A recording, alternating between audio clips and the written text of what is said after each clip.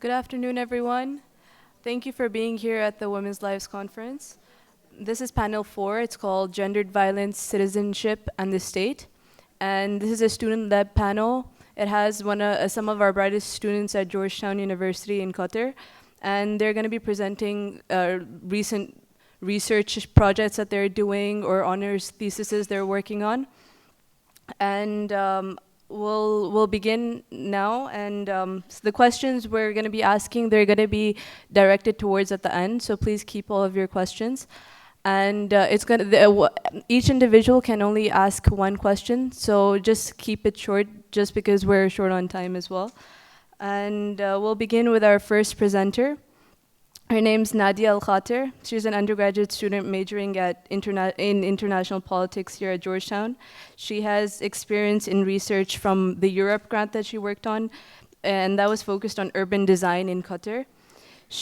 Her research currently that she's doing is looking at citizenship laws in Qatar, which is what she's going to be presenting on right now. So over to you, Nadia.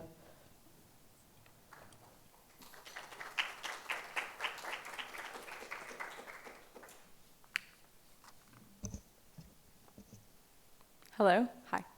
Hi, my name is Nadia. I'll be presenting today on my honors research, and basically it's looking at citizenship in Qatar and why is it gendered? And by gendered, I mean, why does the law treat men and women differently? So essentially, I'll just go ahead and start.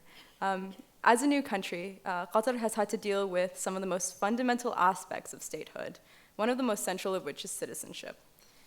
The state uses kinship traditions and customs to build a Qatari national identity.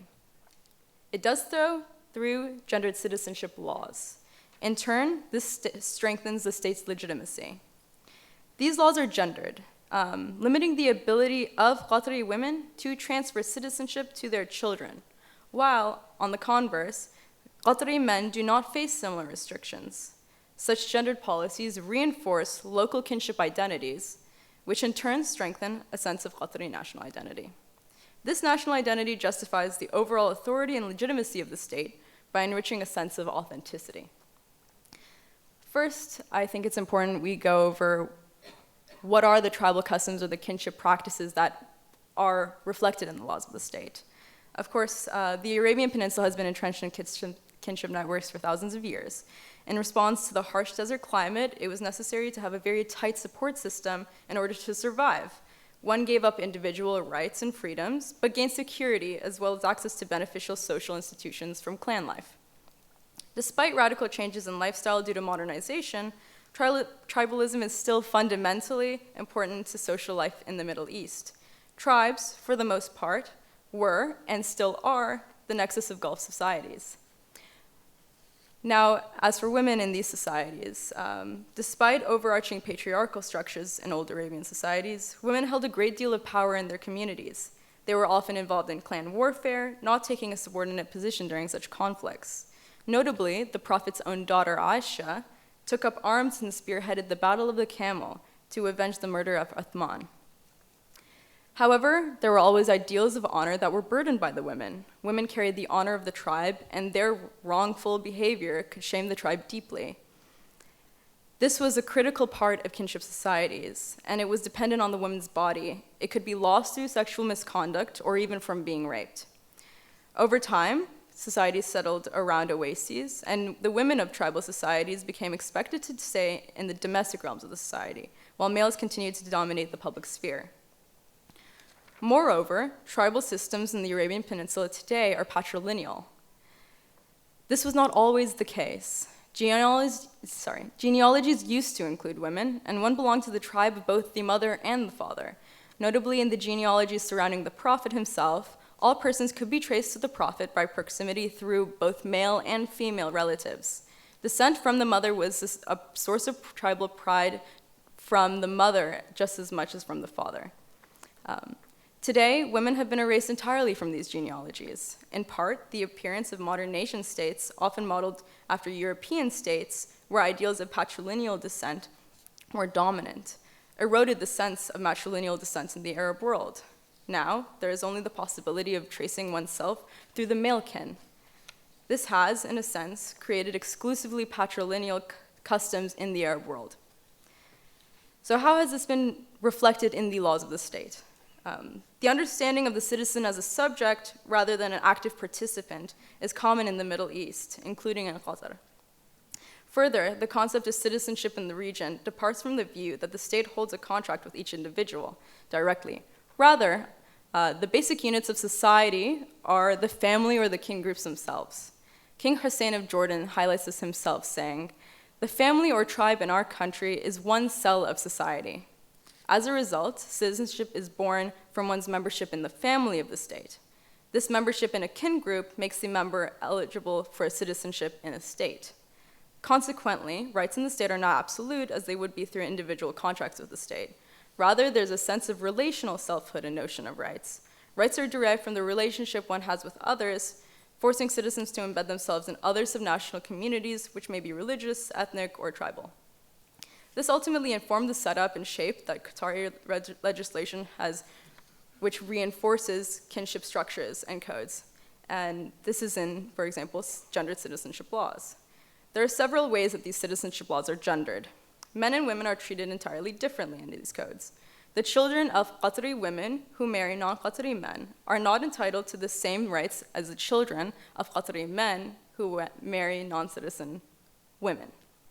As a result, they're expected to go through the same rigorous naturalization processes as non-citizens. Non-citizens, for example, must apply having lived in Qatar for 25 consecutive years, not having left Qatar for more than 2 months at a time. Further, this is limited to 50 per year, meaning that only 50 people who have applied for citizenship may be given citizenship in Qatar. These patrilineal modes of transmission of family membership has historic origins and tribal customs and is directly reflected in these aforementioned laws. As a result, these laws limit Qatari women's ability to transmit nationality to their children. The primacy of the kin group and the power of the male kin disregard the Qatari woman, who has perceivably snubbed traditional values and refused marriage to a kinsman. If the woman fails to marry a kinsman, she is no longer able to be fully recognized, because she has no man to be recognized through. Her children, by extension, are not recognized at all. The Qatari state's understanding of citizenship, unlike a traditionally individualistic contract, as envisioned by ancient Athenian philosophers and many modern Western states, is a contract between the kin group and the state. The rights of the individual are at the behest of the tribe, and as such, the rights of the individual are negotiated through kinship tribes. As a result, women's rights are mediated through male relatives. Ultimately, the gendering of such laws allow the state to bolster a tribal identity that accords authenticity to a Qatari national identity, which gives the state a great degree of legitimacy. States rely on legitimacy in order to function. Max Weber defines this as the belief in a rightful political order. One critical ideology that can build a legitimate state is nationalism. Nationalism, as argued by Jürgen Habermas, sets up the foundation for a collective identity, which is the active ingredient in performing citizenship. Qatar, like other states, seeks to authenticate its claims to legitimate rule. Nationalism is a very convincing and useful ideology to authenticate such a claim. A sense of there being a pure Qatari identity has made Qatari nationalism ever stronger. The state has responded accordingly to the need for greater legitimacy through state-sponsored nationalism. And so comes citizenship. The idea of tribal purity hinges on the woman and her behavior and choices, which ultimately subjects her to unconstitutional gendered laws and citizenship. Tribal marriages depend on the woman who upholds the purity of the lineage by not marrying down. Tribes have become a kind of race and social class of distinctive privilege, naturally bound by the state's reinforcement of tribal identities and citizenship. These civic myths ultimately were, as Roger Smith explains, used to explain why a persons form a people, usually indicating how a political community originated, who is eligible for membership, who is not and why, and what the community's values and aims are. Often, a great number of compromises among rival views of what constitutes the civic identity arises in the process, leading to internal tensions. As a result, concepts of citizenship can be full of contradictions, inequalities, and other anomalies. Citizenship allows for the distribution of power, the assignment of status, and the definition of a political purpose. Legitimacy is critically important in any state. Nationalism and a national identity both aid in the construction of state legitimacy, and this sense of national identity in Qatar is created in part by asserting the primordialism and purity of a Qatari tribe. However, the purity of these tribes are, in part, dependent on the women of the family. As a result, citizenship laws dictating Qatari women's inability to secure Qatari citizenship for her children only further indicates that it is her responsibility to keep the lineage pure by marrying another kin. Thanks.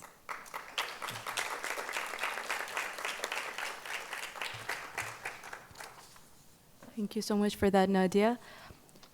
Our second presenter is Nadia Abdelhay. She is a senior at Georgetown University, and she is majoring in international history. Her concentration is on Islamic and gender studies, and she's been avidly involved around Georgetown and in Education City, whether it was through being research assistants or reach out to Asia. And go on stage, Nadia.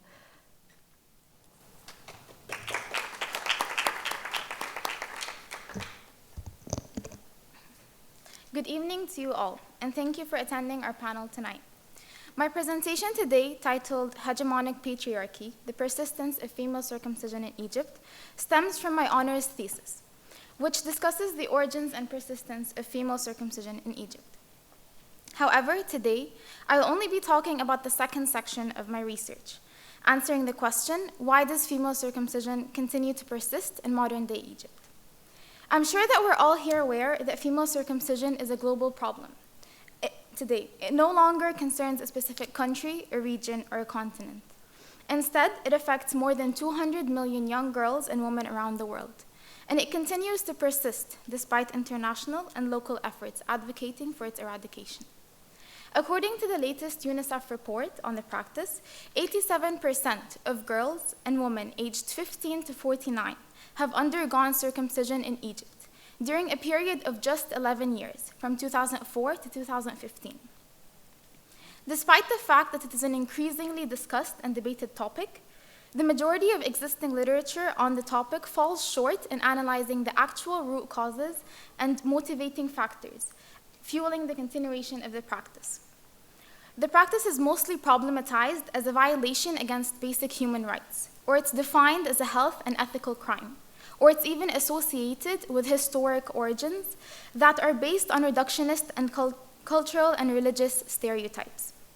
Due to the increase in studies projecting historic fallacies and misconceptions about the practice, I dedicate my research to question predominant narratives and to propose a different approach to studying the origins and persistence of female circumcision in Egypt.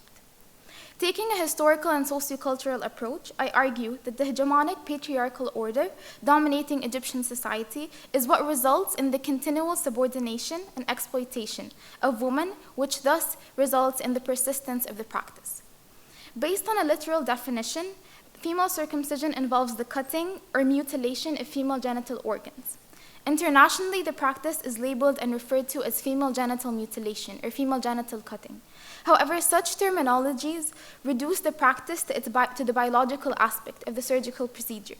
This disregards underlying values, history, causes, and justifications. Arabic terms describing the practice for both males and females include tahara, khifad, and khitan, and these are more closely translated into female circumcision rather than genital mutilation or genital cutting.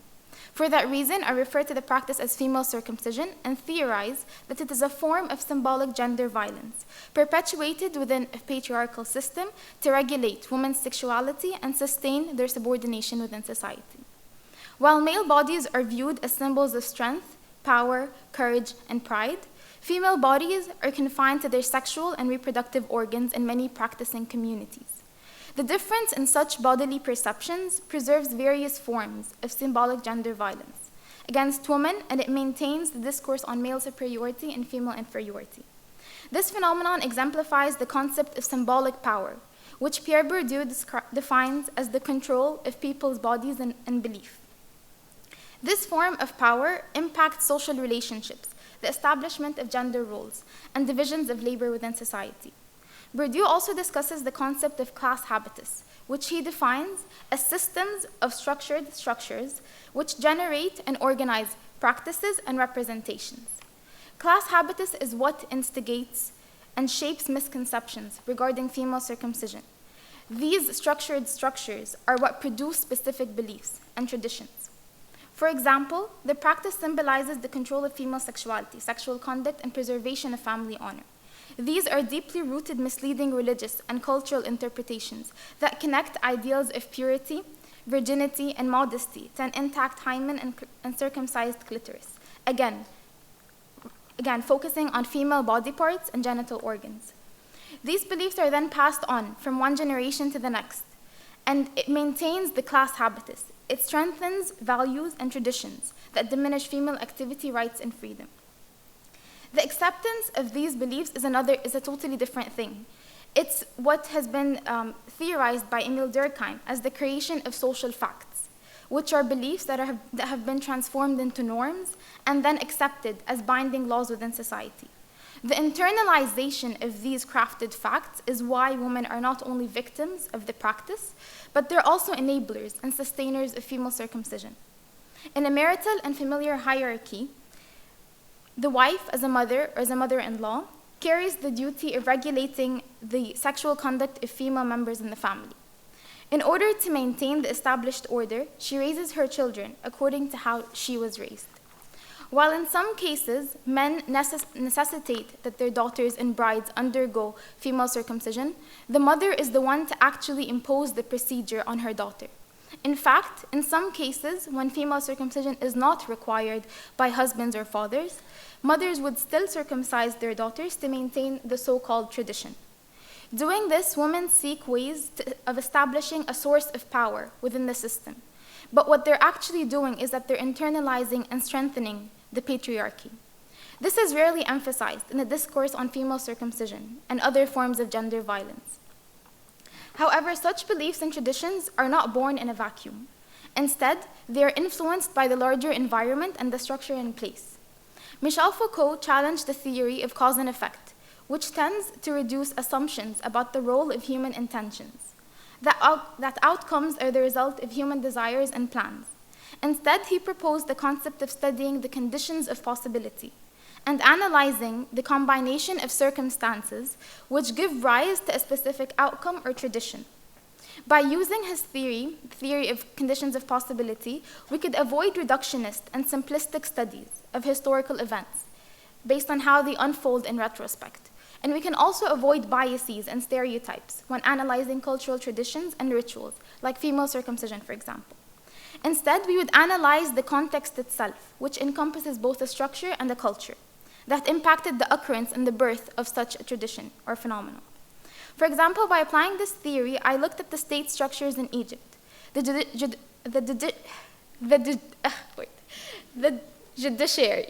judiciary, which in many cases enacts a system of biased legal and penal codes that do play a big role in shaping local culture and gender relations. Variations in punishments based on the criminal's gender are present within the Egyptian Penal Code. Such variations were seen in the punishments of committed adultery by married individuals. While an adulterous husband was subjected to a prison sentence for only a few months, an adulterous wife could face a prison sentence of 6 years. Such inequalities are detrimental to the entire system and to any initiative seeking justice and social equity.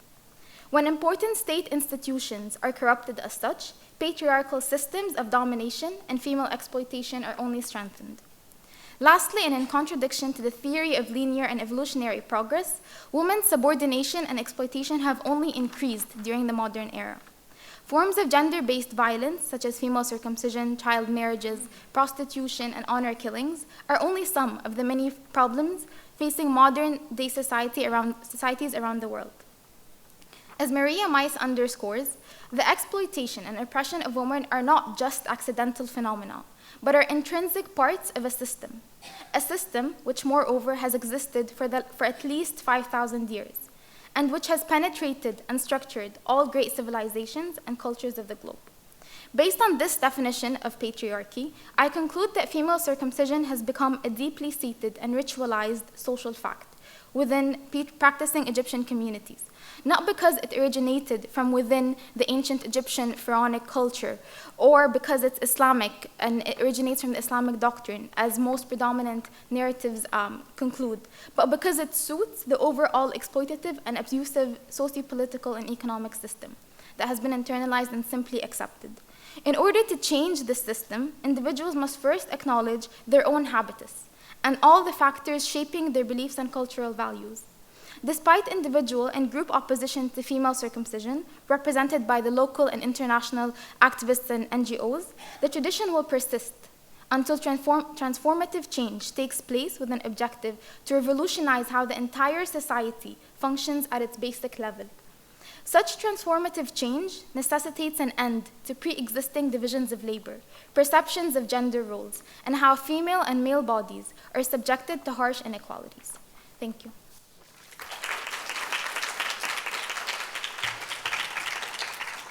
Thank you, Nadia. Our third presenter is Nadine El-Ashmawy. She is an undergraduate student at Georgetown, majoring in culture and politics. Her interests are gender studies and international development. She's worked on a couple of research projects. One is a CARS thesis focusing on the evolution of the canal cities, and now the one that she's presenting now, which is an honors thesis on sexual harassment in Egypt. So over to you, Nadine. Hello everyone, my name is Nadeen El-Ashmawy, and this presentation is on women's weaponization of sexual harassment in Egypt as an instrument for empowerment. When writing women's lives, scholarly work often focuses on encouraging women to openly reject gendered suppression, and relatively limited work actually recognizes women's active opposition to social and gendered violence. So in other words, a lot of literature advocates how women should behave, and much less literature presents and upholds women's self-empowering efforts. Therefore, in analyzing sexual harassment in Egypt, this study examines the phenomena through the lens of the influence that it has had on women and through women's active response to its persistence. In doing so, it demonstrates that women in post-revolutionary Egyptian society have weaponized and strategically resisted the existence and social acceptability of sexual harassment in an attempt to reconstruct society's gender-based power relations. At this point, it's important to mention that this study uses the term weaponization to describe the intentional, advantageous, and defensive employment of sexual harassment by women in Egypt. This term is used because it is the most representative of women's strategic employment of the phenomena to renegotiate their social and political positions and defend their right to the public realm. Now, to be able to analyze the empowerment of women through their weaponization of sexual harassment, it is important to first start off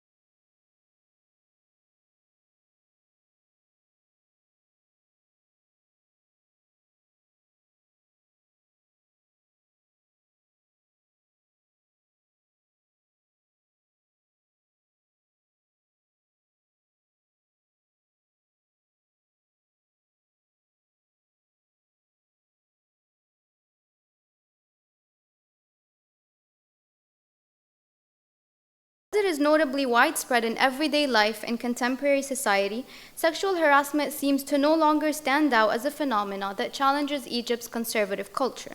Factors that contribute to this normalization of the phenomena include the silence that is often imposed on victims regarding their experiences, supposedly in defense of their reputation and family honor, the social justification and acceptability of the phenomenon's existence, and the blame that is often placed on women, their attire, and their mere public presence. Other social attributions, such as oppression, traditional and historical gendered violence towards women, poverty, and ignorance, also act as enablers that further incite the spread and persistence of sexual harassment within Egyptian society.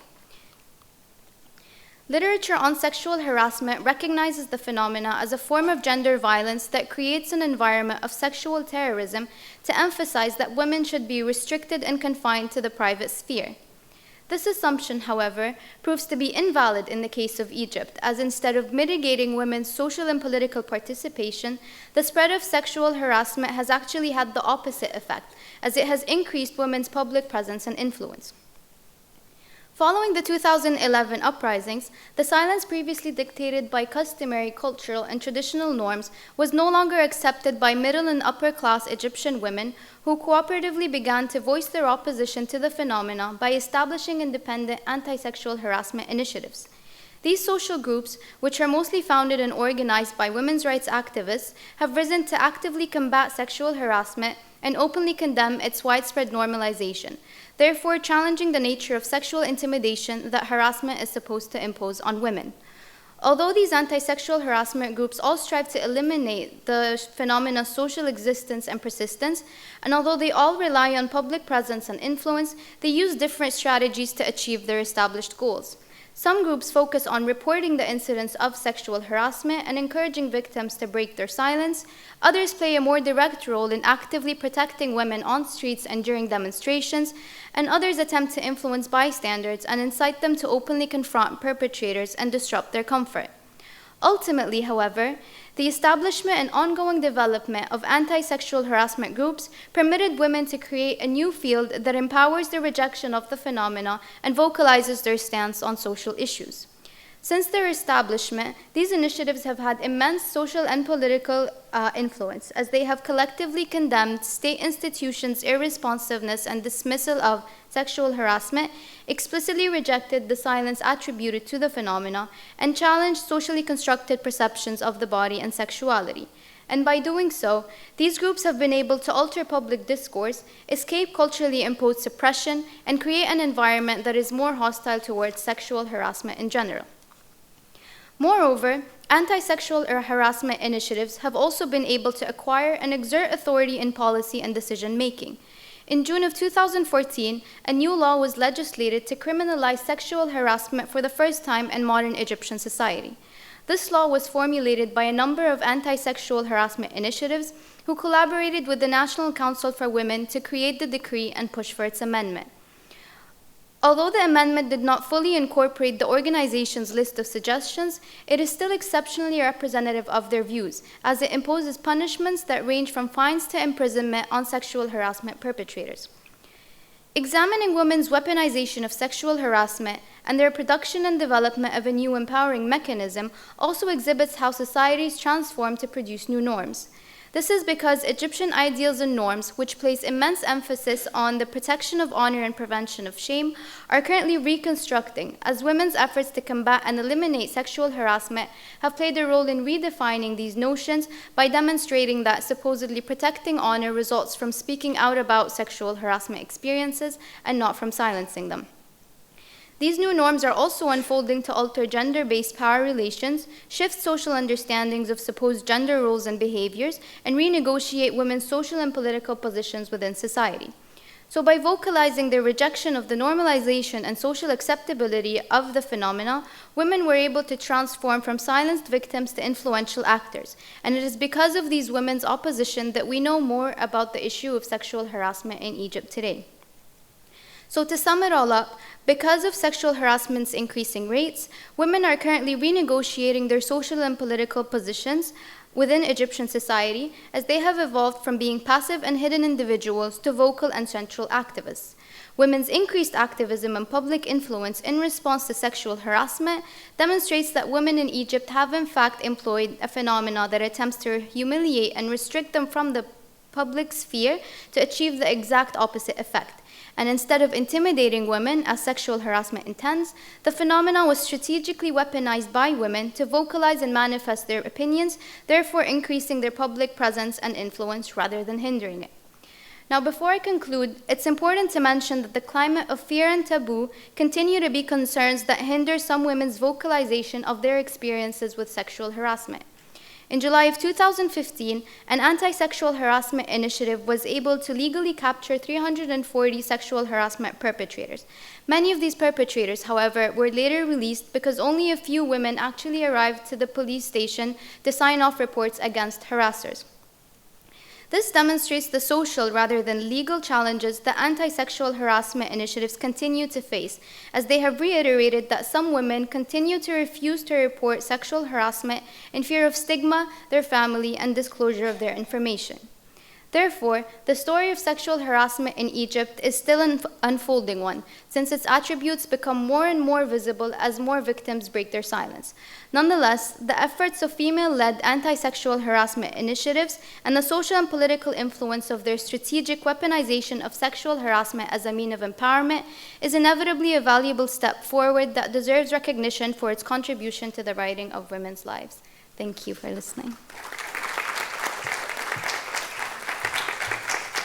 Thank you, Nadine, for that. Our final presenter is Deena Nawaz. She's a senior majoring in culture and politics here at Georgetown.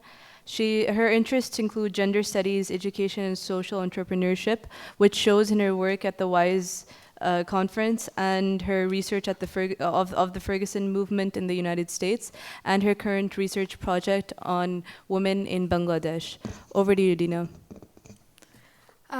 Thank you, Tareem, and good evening, everyone. I think Nadine's presentation provided a great segue into my topic. The topic that I address is the politics of fashioning voices for women and by women, and the politics of really voicing the voiceless. What does it really mean to break someone's silence? What do we mean when we talk about giving women a voice? These were some central questions that led me to embark on this year-long project. And the case study that I look into is the Liberation War of 1971 in Bangladesh and the women who survived the rape camps during the 9-month Liberation War. Before I go into the heart of my topic, I want to give some context about the Liberation War, the women themselves, and my title, Birangana, and what that really means. And I think this is important because Bangladesh, among larger South Asian studies, is very subaltern, that there's very little that's talked about Bangladesh, let alone the women and the Birangana women in Bangladesh. In 1971, Bangladesh gained its independence from Pakistan through a 9-month-long bloody war. And like with any war and partition, there was large-scale loss of human lives, property. But the topic that I focus on is the rape, the mass rape of women in the rape camps. As these women were released from the rape camps, their families refused to take these women back in. Post-liberation, families ostracized them, the community shunned these women. And the main reason for this was these women somehow brought dishonor to the newly formed nation. While the nation was celebrating the victory of the Bengali culture and the Bengali language, the women was something that was tainting that newly found honor. So in an attempt to make amends and to restore these women and integrate them back into society, the then Prime Minister, Sheikh Mujibur Rahman, coined the title Birangana. Birangana in Bengali means war heroine. It was supposed to give them a freedom fighter status so they could be integrated back into their families. But the paradox of that honorary title was that as women started to take up their honorary titles with the hope of going back to their families, it further isolated and marginalized them. Their title became their recognition as fallen women, as bad women who made their bodies rapeable. And this tells volumes about how wartime rape is seen post-partition. And as women were being further ostracized, women began to move into the periphery and give up their honorary titles and moved into isolation, completely disengaged from the center and the newly formed nation. And for 40 years since the liberation, there has been a silence about what has happened to these women. Where are these women and what have become of them? However, my project looks at the contemporary voicing of Birangana women. After 40 years of silence, in the past 20 years, there has been a number of works that talk about Birangana women and claim to break the silences of Birangana women after 40 years. And these representations range from mainstream representations through films and movies, national discourses, the new Liberation Museum in Bangladesh that suddenly hang this very picture in their museum of the Birangana woman. But at the same time, it also makes one question, what has changed in 40 years that suddenly there is a resurgence of all these academics and different state and non-state actors who are looking to voice women? And it so happens that in the past in 2009, Bangladesh resumed its War Crimes Tribunal court. And suddenly, these women's violation during wartime became instrumental to the state to make claims against the Bangladeshi collaborators. And in this setting, non-state actors, academics, Western academics from the diaspora came in to rescue these women and to claim and to show and have transformed these women into anti-state vehicles. So this is where I take off. Can there really be an ethical way to voice women? And what are the dangers of it? In my project, I analyzed one of the most prominent contemporary works on the issue by Yasmin Saikia. And the book takes a revisionist approach to create a women's history, to claim the absolute truth of the founding moment. And parallel to that, the state is trying to go back to the founding moment, and there is an obsession with the founding moment being redefined in the current. But it is based on the assumption that these women have lived in vacuum, that the 40 years that they've remained silent haven't changed their positions, that they're somehow still stuck in 1971. So as these academics go to interview these women, as Yasmin Saikia did, the stories that they came across weren't a representation of the truth from 1971, but they were subject positions that the women drew up themselves. They were women in those 40 years of silence who made up their stories, their identities through process of self-reflection. They have come at stories that do not represent the founding moment, but represent the trauma that they've endured for 40 years.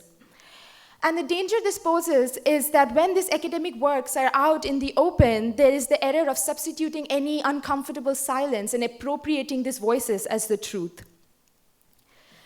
And as a result, there is a homogenization of these women as victims lacking any agency, stuck in their perpetual state of victimhood. And in a paradoxical way, an attempt to break silences really maintains these silences because there is a failure to see the complex networks of powers that they've engaged in. The War Crimes Tribunal, which seeks to provide justice to these women, have completely ignored the fact that in the 40 years, it's just not the rapists from 1971 who are at blame here, but all these enablers, all those people, the community that have perpetrated their isolation, marginalization, and economic deprivation. And other issues that are raised about voicing women that is prevalent in academic discourses as well as national and mainstream discourses is the desire to tell a certain story. It's the desire of the researcher to tell a certain story that blocks the actual story from being told on the ground. Often researchers and often these discourses forget that research is a two-way streak. As women are being lined up by support groups to tell their stories of 1971, in this time and day, they're at the same time reimagining their positions in recognition that it's an outsider that's taking their stories. They're fully aware of their status in community. And there is a lack of recognition of the fact that these women have this recognition. So there are clear dangers that I've mentioned in academic discourses and in voicing women. But there are benefits as well, like I've mentioned in the beginning. There's very little written about the Birangana women, let alone the voicing of those women. So there's benefit as these academic works suddenly have brought in voices of Pakistani soldiers and of other women who were affected in the war. But the key thing to remember is to not take these voices as the ultimate truth of a founding moment, but as subject positions of these women and the other subjects that they have formed over the years after the interaction with society. So then it got me thinking, how can I learn more about the nature of these silences? It looks like women who have been trained to be silent for so many years are suddenly being asked to speak up. So they're doubly tormented. For years they've been shamed and they've been asked to keep quiet, and suddenly all these people from outside come in and ask them to tell them their stories. And it, in a way, if there isn't a balance between recognizing their stories that need to be told and the political complexities and the danger of reactivating their trauma, then it really defeats the purpose of breaking women's silences, because some of these silences are also powerful. It's a way to reject their object identity. Birangana in itself is an example of that. It's an object identity that was given to them by the government. So even silence can be seen as powerful, not only a sign of victimhood. So once that I have, in my project, I go through a number of academic works and I go through a number of mainstream works, state discourses. Then I turn to a fictive voice. I try to see how women's voices are represented in poetic discourses. And that's where I turn to a contemporary work by a young Bangladeshi woman, Tarfia Faizullah, on the Birangana women. But what sets this work apart is that through fictive voice, it removes the danger of the appropriation of their voices, as one can be radically subjective in fiction. In fiction, not only does it allow them to show the inadequacy of language to describe absolute horror, but at the same time, it also shows the various positions, and through imagery, let one person be victim to the absolute absence of a voice, as opposed to fill any silence that one comes across. I think this quote from the book of poems is very telling of the kind of project that I'm talking about. As you can see, through a fictive voice, in this very particular piece by Faizullah, she's very aware of her position as an outsider, and she's constantly asking herself, what authority does she have to be bringing back all the memories from 1971? This acute realization that these women are embedded in larger networks of power and need to be seen in lens where they're active agents as opposed to simply being described on book makes all the difference. So although I don't have a conclusion or an answer to if there is an ethical way to voice women, I do take a position that through fictive voice there is an ability to subvert as one speaks, an ability to bear witness without speaking on behalf of someone else. And thank you so much.